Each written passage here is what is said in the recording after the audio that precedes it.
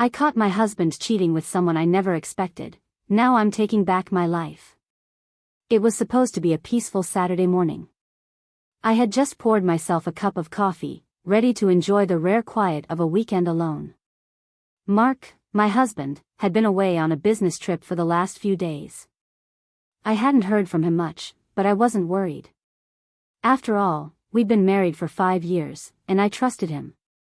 At least, I thought I did. The text that popped up on my phone made my heart skip a beat.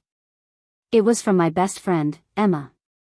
The message was short, but it felt like a punch to the gut. I need to talk. Meet me at the house in 30 minutes. It's urgent. I frowned. Emma and I were close, but I couldn't imagine why she would need to talk to me about something so urgent. Still, I brushed it off. Maybe she just wanted to catch up. I quickly threw on a pair of jeans and a hoodie, not bothering with anything fancy. When I walked into the house, Emma was already there, pacing back and forth. Her face was pale, and her eyes were red, like she'd been crying. The sight of her immediately made my stomach tighten. "Emma? What's going on?" I asked, setting my purse down on the table. She looked up at me, her face full of guilt and sorrow.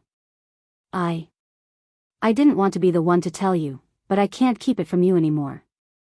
I felt my pulse quicken. "Tell me what? What's going on?" Emma took a deep breath and glanced down, almost as if she couldn't bring herself to meet my eyes. "I saw Mark yesterday. With Rachel." My mind went blank for a moment. "Rachel?" I repeated, the name sounding foreign and distant. "Mark's ex-wife." I knew about her, of course. We had talked about her once or twice, but I never thought much of it. She was a part of his past, something I had long since accepted. But the way Emma said her name, it didn't sit right with me. "Where did you see them?" My voice came out shaky, though I tried to keep my composure. "I was driving by the park near our old neighborhood. I saw them, Mark and Rachel, standing together. She was holding his hand. And then they kissed, Emily." I felt like the ground beneath me was suddenly pulled away. I staggered back, trying to process the words, but they wouldn't settle. "What? Are you sure?" Emma nodded, her eyes filled with regret. "I'm so sorry, but yes." I didn't want to believe it either, but it was them. "I didn't know what to do, but I couldn't keep this from you. You deserve to know." The room seemed to spin around me. My breath caught in my throat. "Mark, with Rachel?" I couldn't even fathom it. "No, this doesn't make sense," I muttered to myself, shaking my head. "Mark wouldn't do that. He promised me he was done with her." Emma stepped forward, placing a hand on my shoulder. "I know this is hard to hear, but you need to face it." "I'm sorry." I stared at her for a long moment, the weight of her words sinking in. Why would he do this? After everything we'd been through, why would he go back to her? I didn't know what hurt more, the fact that Mark had cheated, or the fact that he had done it with someone I never expected. Someone who was part of his past, but also part of mine. Rachel wasn't just some ex, she was a reminder of everything I thought I had left behind. I couldn't breathe. My hands were shaking, my mind racing with 1,000 questions. "What do I do now?" I whispered. Emma didn't have an answer, but I could see the pity in her eyes. "You deserve better than this, Emily. You deserve someone who chooses you, who loves you and only you." Her words stung, but I knew she was right. The betrayal cut deep. I had always thought that our marriage was solid, that Mark and I were in it for the long haul. But this was a gut punch I hadn't seen coming.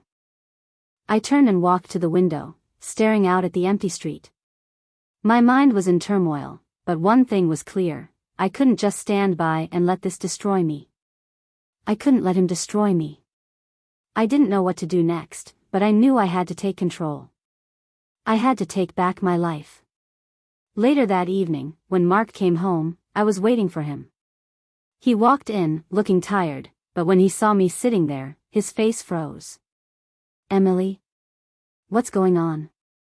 Why are you looking at me like that? I stood up, my heart pounding, but my voice was steady.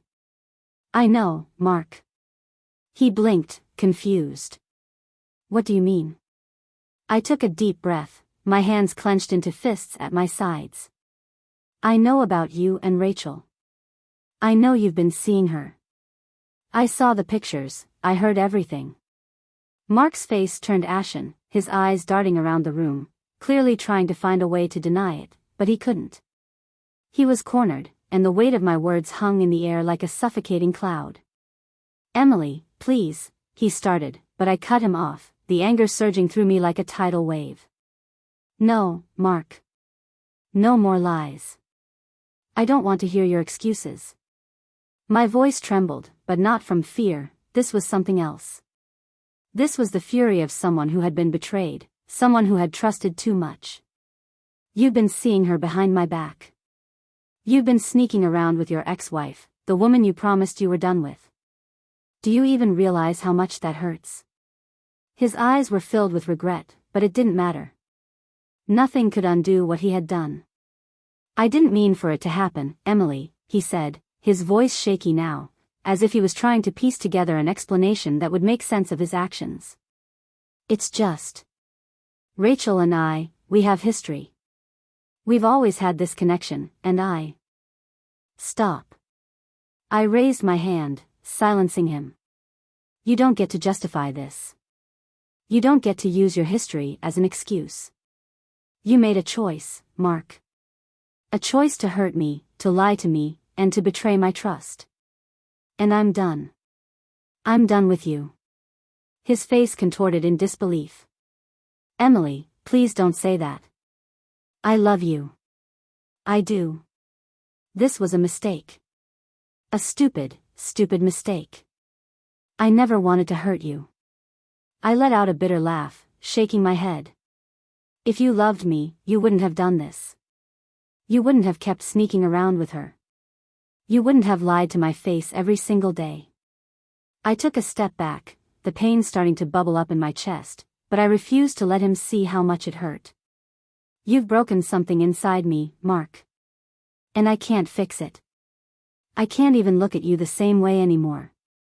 He reached out, his hand trembling as if he wanted to grab me, to pull me back, but I stepped away. Don't touch me, I said coldly, my voice firm. You don't get to touch me anymore. You've crossed a line that can't be uncrossed. The room was silent for a moment, except for the heavy sound of our breathing. Mark stood there, his eyes pleading, but I was done listening to his excuses. He had made his choices, and now it was my turn to make mine.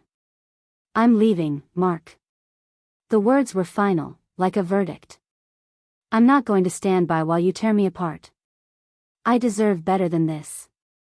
I deserve someone who will never look at another woman the way you've looked at her. His face crumpled, the facade of control slipping away. Please, Emily, don't leave me. I can fix this. We can fix this. I shook my head, the anger and the hurt now replaced by something colder. No, Mark. It's too late. You've had your chance, and you threw it away. I don't want to fix this. I don't want you anymore. I turned to leave, the door swinging open with a finality that echoed through the house. But before I could step out, I heard his voice one last time, barely above a whisper. I'm so. But I didn't turn around. I didn't need to hear it. The apology came too late. I stepped out into the cool night air, the weight of everything crashing down on me, but there was also a strange sense of relief. For the first time in what felt like forever, I could breathe. I could finally let go of the suffocating grip he had on my heart. I didn't know what the future held, but I knew one thing for sure, I was taking back my life. I was reclaiming the woman I used to be, the woman who deserved love, respect, and honesty. I wasn't going to let him or anyone else rob me of that anymore. I pulled my phone out of my pocket and sent a quick message to Emma. I'm done. I'm taking control. Thank you for telling me the truth. As I stood there, staring at the city lights in the distance, I realized something else. I wasn't broken. I wasn't defeated. I was free. And I would never let anyone take that away from me again.